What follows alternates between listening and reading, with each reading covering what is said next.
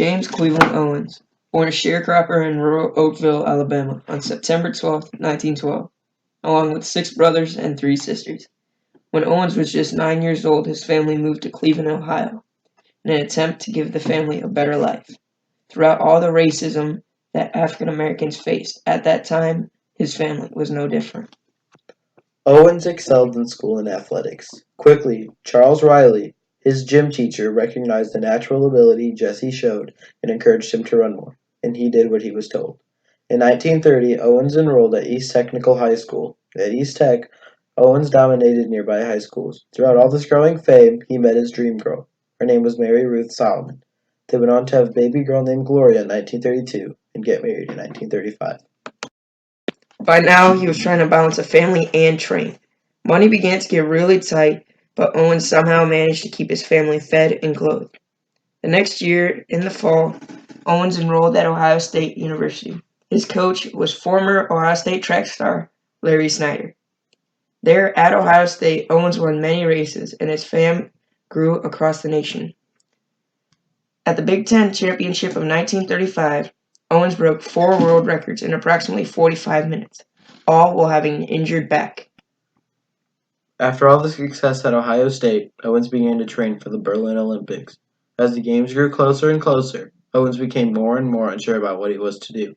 If he went to Berlin, he would have to deal with all the racism towards blacks and Jews. But if he didn't go, he would never get to stick it to Hitler and the rest of Germany by beating their quote-unquote superior race Olympians. It took until the day the boat left for Berlin to decide.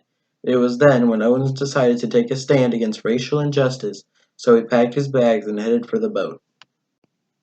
When Owens arrived in Germany, there was no separate dorms for colored people and no apparent discrimination. At the Olympic Village, it was paradise for the American athletes. In the village, all men were treated equally. In fact, Adolf Hitler went to the American part of the Olympic Village to personally welcome all the athletes. But all the athletes were unaware of the absolutely horrendous things that were going on in Germany at the time. The Germans removed all Nazi propaganda before any of the athletes arrived. Finally, the day arrived for Owens' first event, which was the 100-meter dash.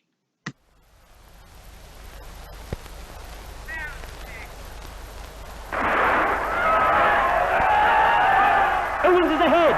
Strandberg and Bergmeyer are fighting. Osendorf challenges Wyckoff. Metcalf comes up, but Owens wins in 10.3. Second, Metcalf America. Third, Osendorf Holland.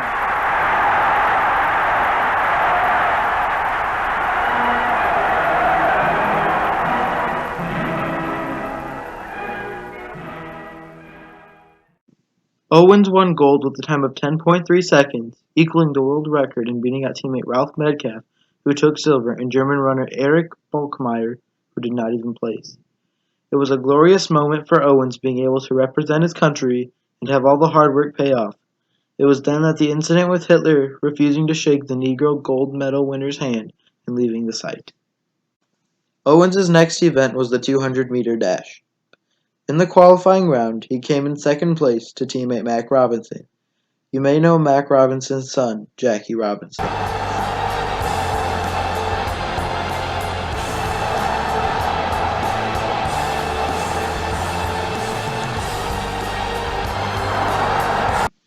The finals were a different story. Owens took the gold with a time of 20.7 seconds. Robinson took the silver. Owens now had 2 gold medals and a day to rest up for the long jump event. Owens knew his biggest competition would be the German, Luz Long. Long was the prototype German man, tall, blonde hair, and blue eyes. The long jump was a sight to see.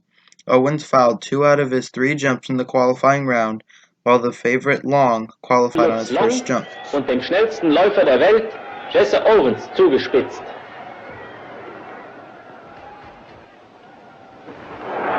Meter 54. Jesse Owens.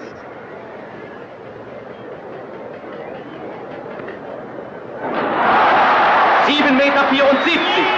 20 Zentimeter weiter als Long. Und nun wieder Long.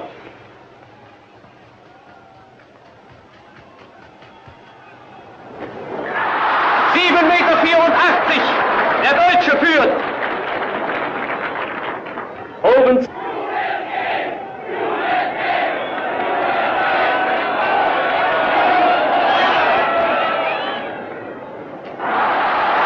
7,87 Meter. Wieder 3 Zentimeter weiter. Lutz Long.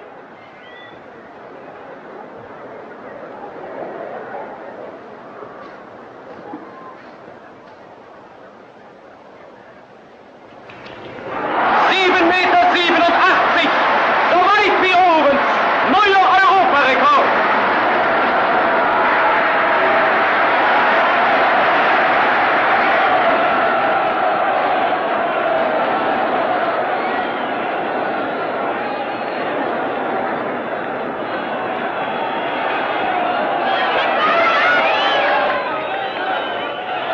Und nun noch einmal Jesse Owens.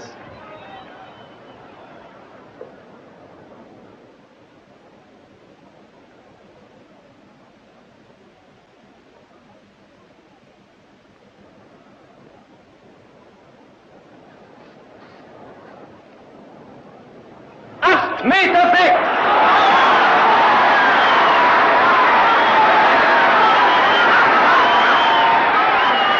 Neuer Weltrekord! Goldmedaille für Amerika!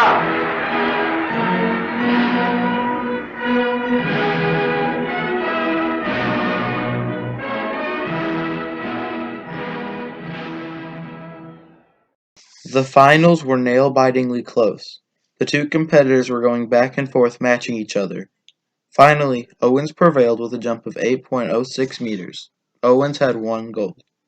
Owens and Long then paraded arm in arm around the track, solidifying their new friendship.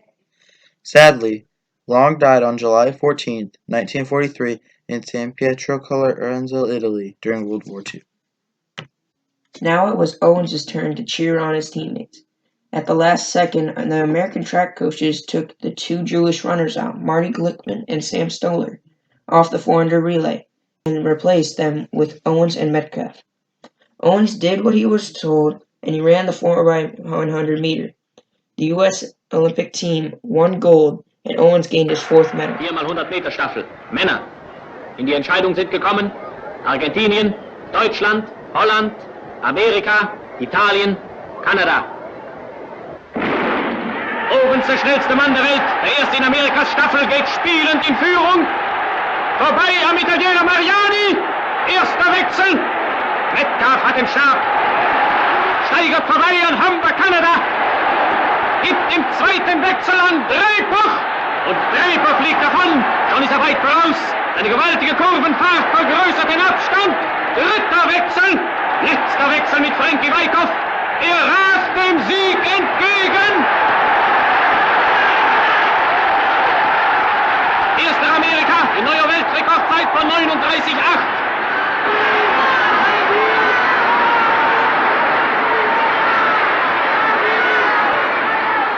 Weiter Italien, dritter Deutschland. Der Holländer Ozendarp hat an 3. Stelle liegend den Stab verloren.